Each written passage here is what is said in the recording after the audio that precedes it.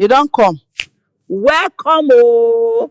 I beg, before we go begin this story, we go scatter your head. Make you do it in. Subscribe, sharp, sharp.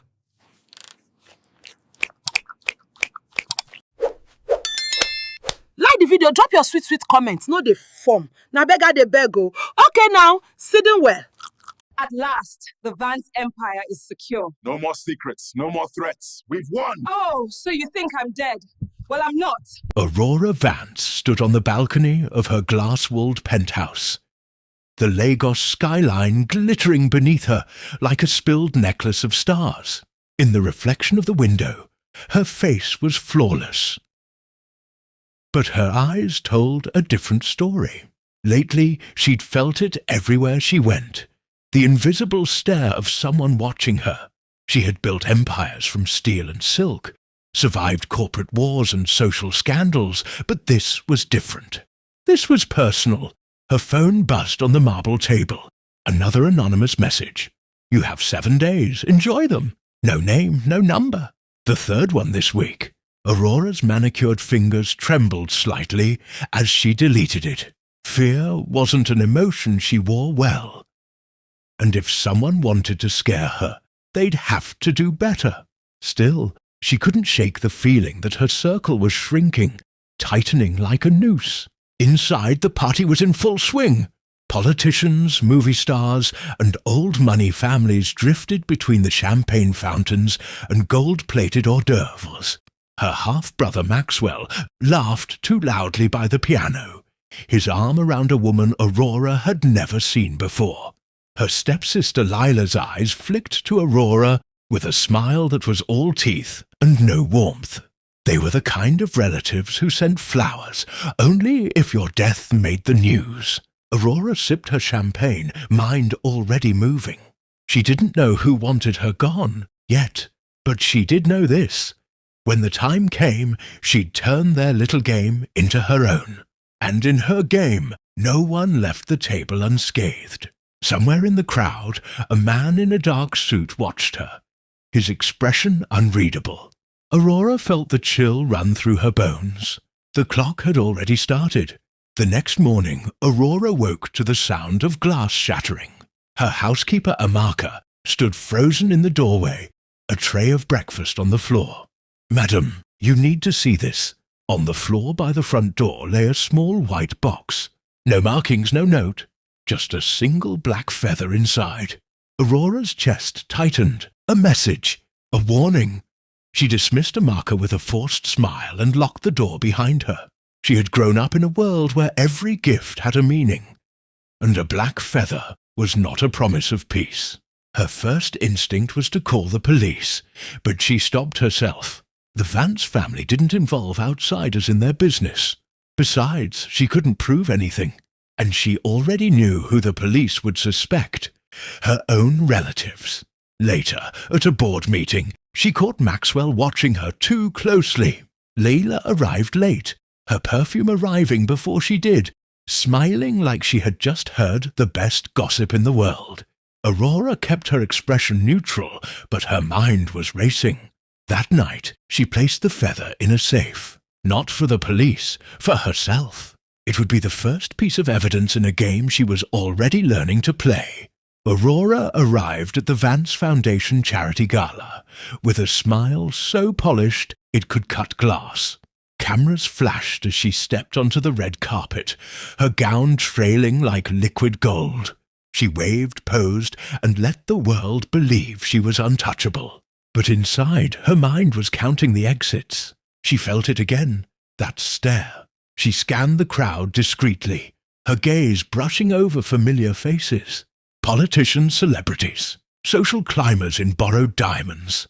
Then her eyes stopped. The man from the other night, the one in the dark suit, was here. No drink in hand, no company, just watching. Her PR manager, Tunde, whispered in her ear. He's been here since the doors opened. Doesn't mingle, doesn't eat, doesn't smile. Aurora sipped her champagne without looking at him again. Find out who he is. But when Tunde returned 10 minutes later, pale and unsettled, his answer was unsettling. There's no guest badge, no record of him entering. Aurora's smile didn't falter for the photographers, but her skin prickled.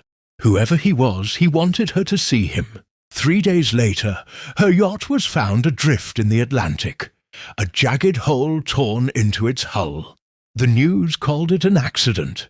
Aurora called it a message. She stood on the pier as divers brought up twisted metal, shattered glass, and a familiar silk scarf. One she'd left in her private cabin. The sight of it, torn and stained, chilled her blood. Maxwell arrived late, smelling faintly of whiskey. His arm slung around a different woman this time. "Shame about the boat, sis," he said almost cheerfully. Lila dabbed fake tears with a lace handkerchief. "Oh, Aurora, what will you do without it?" Aurora smiled thinly. "I'll survive, I always do." Inside, she was already thinking differently. Accidents didn't happen in her world, they were made. And if someone was sending her warnings, they were almost done being subtle. The next evening, her fiancé, Daniel, invited her to dinner at a private rooftop restaurant. The city glowed beneath them as he poured her a glass of wine. "You've been tense," he said, studying her carefully. "Tell me what's going on." Aurora hesitated. Daniel had been by her side for 5 years, through scandals and family feuds. But lately, she'd noticed him taking calls in another room, silencing his phone when she entered. "I'm fine," she lied. He reached across the table, covering her hand. "Then marry me now. Let's leave the country, have the wedding somewhere no one can reach us." It sounded romantic. Too romantic, and Aurora didn't believe in coincidences anymore. She smiled, agreeing in words but not in heart, because she knew if she was about to disappear, it would be on her terms. That night, Aurora sat in her study, staring at a map of the world pinned to her wall. She didn't just want to vanish. She wanted to vanish in a way that would draw out her enemies, force them into the open. She listed the names of everyone who stood to gain from her death. Maxwell don't Lila, Daniel possibly, the board of her company, even some old rivals from her early business days. Then she thought of something darker. What would they do if she were gone? Would they mourn? Or would they tear each other apart for her empire? She smiled. That was what she wanted to see. And so the dead heiress was born. Aurora began making small changes. She moved money into hidden accounts, signed documents transferring temporary control of her businesses to a neutral trustee, sold assets quietly through trusted agents. To her family, it looked like she was preparing for a trip. To her enemies, it looked like nothing at all. She hired a trusted pilot, gave him an envelope of cash, and told him to wait for her call. Then she contacted an old friend in Monaco who owed her a favor. A place to disappear to once she was gone. The final piece came from an unexpected place. A stage magician she'd once sponsored. "I can make you vanish without anyone knowing how," he told her, smiling. Aurora leaned in. "Then make it look like I died." The night of the accident came faster than she expected. She hosted a farewell yacht party, telling her friends she wanted one last taste of home before travelling abroad. Maxwell came, already half drunk. Lila wore black, claiming it was slimming. But Aurora wondered if it was mourning in advance. Daniel was there too, smiling too much. The storm rolled in at midnight, thick clouds blotting out the stars. Aurora slipped away from the deck, meeting her pilot in a small speedboat tied to the far side. As lightning cracked the sky, she watched her yacht drift further into the darkness. Hours later, the Coast Guard would find only wreckage. From a safe house in a fishing village, Aurora watched the news. Billionaire heiress presumed dead in yacht explosion. Photos of her smiled from every channel. Maxwell's statement was brief, almost bored. Lila's was tearful, but her eyes kept darting to the cameras. Daniel's grief seemed real, almost too real. She smiled bitterly. The masks were already slipping. Through her contacts she heard whispers. Maxwell meeting with lawyers, Lila visiting the bank, Daniel making calls overseas. They weren't mourning her, they were moving in. And that was exactly what she wanted. Aurora's first true shock came 3 days later. From her safe house, she intercepted an email between Daniel and Lila. Short, sharp, dangerous. Now that she's gone, we can finally be together. Aurora stared at the screen until her vision blurred. Daniel, and Lila. She could almost hear Lila's laugh, sweet and venomous. The pain was sharp, but it didn't break her. It forged something new inside her. If they thought she was dead, she would give them a ghost to fear. Aurora sat quietly in the dim safe house, her mind racing. Daniel's betrayal cut deeper than she expected. How long had he been playing her? She clenched her fists, knowing she couldn't trust anyone, not even those she once called allies. But her family's greed would soon be exposed, and she would be the one to tear down the lies. Outside, the village whispered rumors of her death, and Aurora used that to her advantage. The shadows were her shield now, and she planned to strike back where they'd least expected. Back in Lagos, Maxwell and Lila Vance reveled in Aurora's death, their smiles full of malicious triumph. Maxwell tightened his grip on the family empire, while Lila schemed to claim her place at the top. They believed Aurora was gone forever. But the storm she was brewing was about to change everything. Maxwell's arrogance blinded him to the cracks forming within his own alliances. Lila's jealousy festered, poisoning her heart. The House of Vance was far from stable. In the village, an old family friend approached Aurora with a faded photograph and a warning. "They never wanted you to find this," he said softly, handing over a worn envelope. Inside were secrets that could unravel the entire Vance dynasty. Aurora's eyes widened as she realized the depth of her family's corruption. This was the leverage she needed, not just to survive, but to win. Aurora began tracking her family's movements from afar, using discreet allies and modern tech. She watched Maxwell's every move, noting meetings in dark offices and secretive exchanges. Each revelation made her more determined to reclaim what was hers: justice, truth, and power. But someone else was watching her too. In the shadows, a figure moved silently, waiting for the perfect moment to reveal themselves. One rainy evening, Aurora received a coded message from an unexpected source: Daniel Cole. His betrayal had been a ruse, a test to see who she really trusted. He wanted to help her expose Maxwell and Lila, but only if she was willing to accept his help. Aurora hesitated but knew she needed every weapon in this war. The game had changed, and alliances could shift in an instant.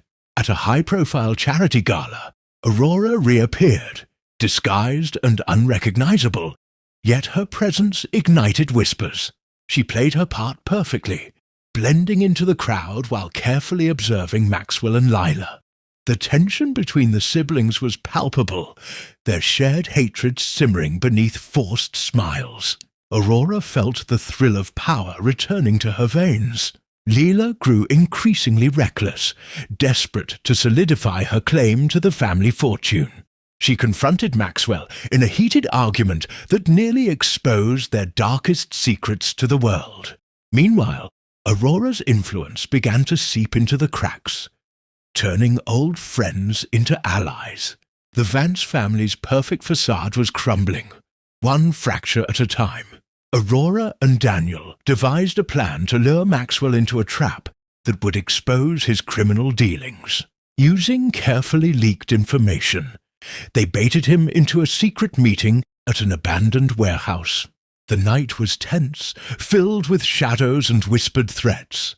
Aurora's heart pounded as she waited in the darkness, ready to watch her enemy fall. The trap sprung perfectly, but Maxwell's escape was narrowly successful. Furious, he realized there was a mole within his inner circle. Paranoia set in, and no one was safe from suspicion. Aurora felt the cost of revenge. their lives tangled in the web of lies and hatred. But she couldn't stop now. Her family's empire had to fall. Aurora emerged stronger from the chaos. Her resolve hardened like steel. With Daniel's help and newfound allies, she prepared to confront her family publicly, armed with undeniable proof of their crimes. The night sky over Lagos was heavy with anticipation. The battle for the Vance legacy was far from over, but Aurora was ready to reclaim her throne. Aurora knew the time had come. Armed with irrefutable evidence of her family's corruption, she arranged a live press conference in Lagos. The city buzzed with anticipation, unaware that the Queen of the Vance Empire was alive and ready to shatter their perfect facade. As the cameras rolled, Aurora stepped forward, her voice steady and commanding. The Vance dynasty's darkest secrets spilled into the light, leaving the crowd stunned and her enemies exposed. Maxwell and Lila were caught off guard by the public humiliation. Their carefully constructed empire began to crumble under investigation and scandal. Allies turned their backs, and law enforcement closed in on their illegal dealings. Inside the family mansion, tension reached a boiling point. Maxwell's once arrogant smile faded into desperation, while Lila's envy turned into bitter rage. The Vance name was no longer untouchable. Desperate and cornered, Maxwell and Lila plotted their final moves to regain control. They reached out to dangerous contacts and prepared to fight dirty. Aurora anticipated this and fortified her defenses, determined to end the cycle of betrayal once and for all. Daniel stood unwavering by her side, his loyalty tested but true. Together, they prepared for the inevitable storm. In a dramatic court hearing, Aurora presented the hidden evidence against her family. Photographs, financial records, and witness testimonies painted a damning picture. The judge's gavel echoed the final verdict. Maxwell and Lila were to stand trial for fraud, embezzlement, and abuse of power. The courtroom was electric, with reporters scrambling to capture every moment. Aurora's victory was as much about reclaiming her identity as it was justice. The Vance family was irrevocably broken. Letters, whispered conversations, and betrayal had left permanent scars. Maxwell and Lila, once powerful figures, now faced a grim future behind bars. Aurora found bittersweet relief. Her family's legacy was tarnished, but she was free to forge a new path. On her own terms, far from the shadows of her past. Returning to the village, Aurora sought peace and renewal. The old friends and neighbors welcomed her warmly, their faith in her unwavering. She began rebuilding the trust and love that money and power had stolen. With Daniel's steadfast support, Aurora embraced a new life filled with purpose beyond wealth and revenge. A surprise visit from an influential business leader offered Aurora an opportunity to start fresh. A chance to channel her intelligence and resilience into legitimate ventures. The offer came with no strings, just respect for the woman who had faced the storm and emerged victorious. Hope blossomed where there had once been only ashes. Despite the victory, Aurora remained vigilant. Old enemies and unseen threats lurked in the background, reminding her that power was never fully relinquished without a fight. She trained herself to balance grace with caution, knowing that every victory planted seeds for future battles. Aurora and Daniel stood together on the veranda of her village home, watching the sunrise paint the sky with hues of gold and pink. The past was behind them, and the future stretched endlessly ahead. Their partnership, forged in fire, promised strength and hope. Aurora smiled genuinely. For the first time in years, her heart was truly free. The story of Aurora Vance was no longer one of deception and betrayal. It was a tale of resilience, courage, and redemption. She opened a foundation to empower young women from humble backgrounds, dedicating herself to a legacy far richer than wealth. one of hope and change. As Lagos bustled below, Aurora's name became synonymous with strength and integrity, a beacon for those who dared to rise from the ashes and rewrite their own destinies.